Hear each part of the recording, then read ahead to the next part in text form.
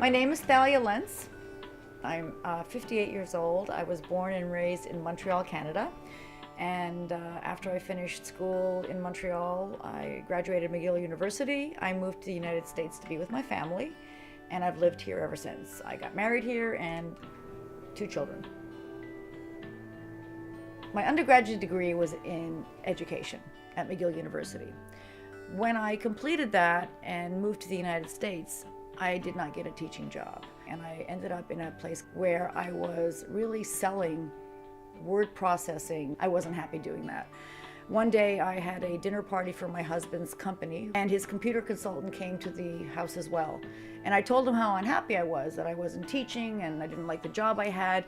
And he said, well, why don't you come work for me? You can do documentation. Because I said, I don't know anything about programming. He says, it doesn't matter. He says, come, you can do documentation. You're an English teacher, you can take care of it. And I did. I made that. That was my first bold move, and I took the job. At one point, I decided to leave that job and go somewhere else, but they were very fond of me and they really wanted me to work with them. I knew I was going to work with people. I knew I wanted to possibly teach, but I never thought about having my own business. No, I don't think that occurred to me.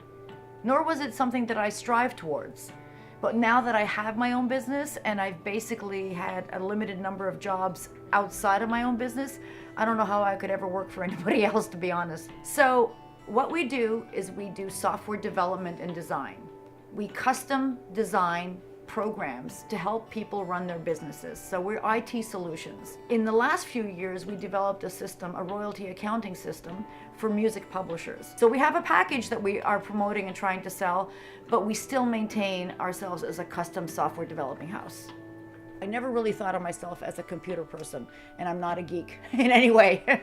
I'm a lot more, I think, creative and artistic. That's what I like. I enjoy those types of things. But I do think in my approach to how I work with people and how I design applications are motivated and are driven by how I think, and that is creatively, and not only logically but also creatively. And there's many different ways to get to the same point, I think, and that's part of being a creative person. It's not just one path.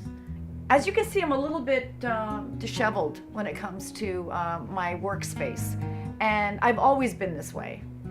Unfortunately, I don't think it's going to change.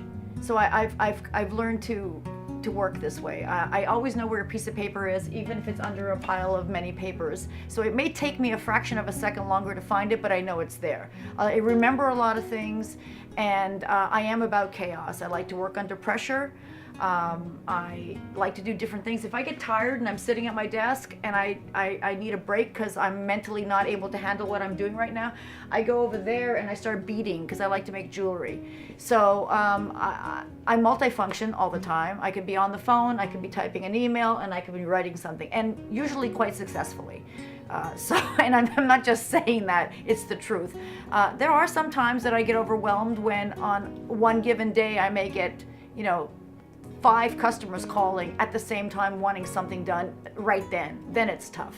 And you just have to take a breath and sit back and prioritize. But for the most part, I can juggle everything.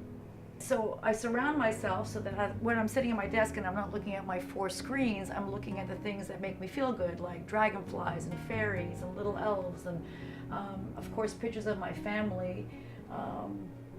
Yeah, so it's not just a boring 4-screen kind of look all the time. I look at the things that also, artistic things that make me feel good. Yeah. I try to learn and pick and choose different things that are going to push me towards being stronger and more motivated. And one of the things that I finally have done is put together a vision board, which is up here. And it's probably not your typical vision board. What I want to add to that is my home in Florida one day that I want to have with the beach house. But ultimately, I have realized some of these things. They have come to fruition, and I think part of it is because every day as I sit at my desk and I work, I am looking at them, and I try to think of things to do to make them actually happen, whether it's a new account or speaking to a person that I have a difficulty speaking to. And of course there's pictures of my family, and there's pictures of people that I work with that on a daily basis make me feel good and help me get to where I am on a daily basis. So that's my vision board. And I really do recommend that for everybody. Have a goal, an aspiration, and remind yourself daily You still have to do something to get there, but by looking at it every day, that's a start. For me, it's like being able to retire in Florida with an ocean view apartment and still have a comfortable income coming in and a lifestyle so that I can enjoy the lifestyle that I really want. So I'm not there yet. I was told 3 things about naming a company. First was stick to the beginning of the alphabet so that it comes up first in any kind of search. Never use your name.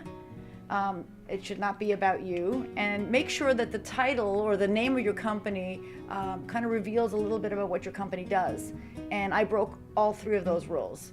So Zoe Gray Consulting, Zoe was the name of a cat that a friend of mine had, and I liked the way the word gray was spelt. And when I put them together, it sounded like really artistic to me. And that's it. It's at the bottom of the alphabet, and it doesn't tell you what we do.